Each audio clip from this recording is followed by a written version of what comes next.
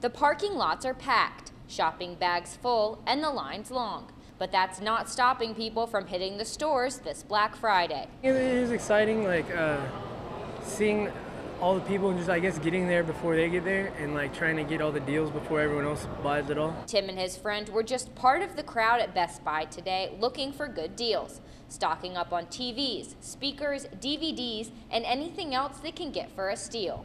On Black Friday, that's the only time of the year it's going to be cheaper, so if you might as well get it then, because if not, you're going to have to wait another year to get it. Some of the most popular items this Black Friday are tablets.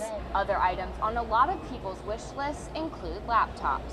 The biggest items that people were looking for this morning early were TVs, LED, some plasma TVs. And by this morning, the manager means 12 a.m. First person in line was here Tuesday morning at 8 o'clock.